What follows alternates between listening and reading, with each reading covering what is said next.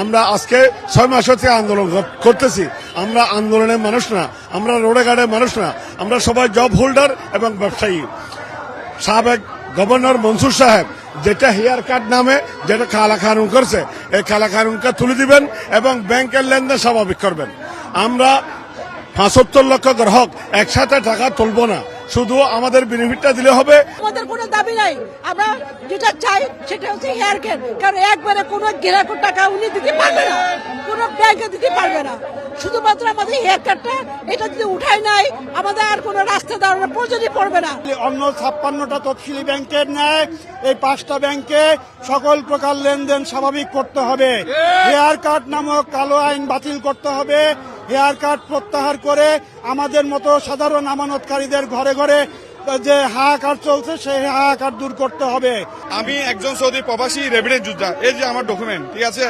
আমি কষ্ট করে ইনকাম করে আমি এই সময় ইসলামী ব্যাংক, ফার্স্ট ইসলামী ব্যাংকে টাকা রেখেছি, কিন্তু সত্যি কথা বলতে আজকে আমি স্বাভাবিক লেনদেন উঠাইতে পারতেছি না।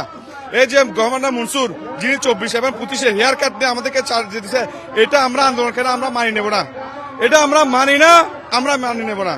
এবং বর্তমান গভর্নর মহোদয়ের কাছে আমাদের উদাত্ত আহ্বান থাকবে, অন্য অন্য তফসিলভুক্ত ব্যাংকের মতো আমরা সময় ইসলাম ব্যাংক আমানতকারীগণ যাতে স্বাভাবিক লেনদেন চালু করতে পারি। যে বিভিন্ন কমার্শিয়াল ব্যাংকের টাকাগুলি লুট হয়ে গেছে, ব্যাংকের যারা লুটেরা তাদের বিরুদ্ধে আইনি ব্যবস্থা নিতে হবে এবং যে সমস্ত ব্যাংকের কর্তৃপক্ষ ঋণ দানের ভুয়া ঋণ দানের সাথে জড়িত তাদেরকে আইনের আওতায় টাকা আদায় করতে হবে।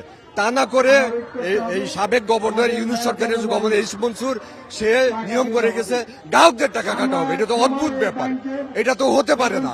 কাজে হেয়ার কার্ড বাতিল করতে হবে, ঋণ খেলাপিদের আইনের আওতায় আনতে হবে। যারা লুটেরা লুট করছে এই শাস্তি আমাদের কেন দিবে, আমাদেরকে কেন এই শাস্তি দিবে?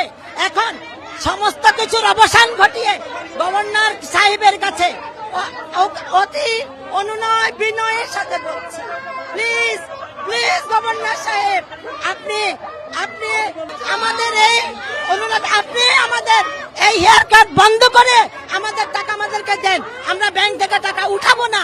আমাদের এই মুনাফা আসছে, এই 24-25 মুনাফা, এটা বন্ধ করার নিয়ম বন্ধ করে আমাদেরকে আমাদের টাকা আমাদের আমানত ফিরাই দেওয়ার ব্যবস্থা করে দিন।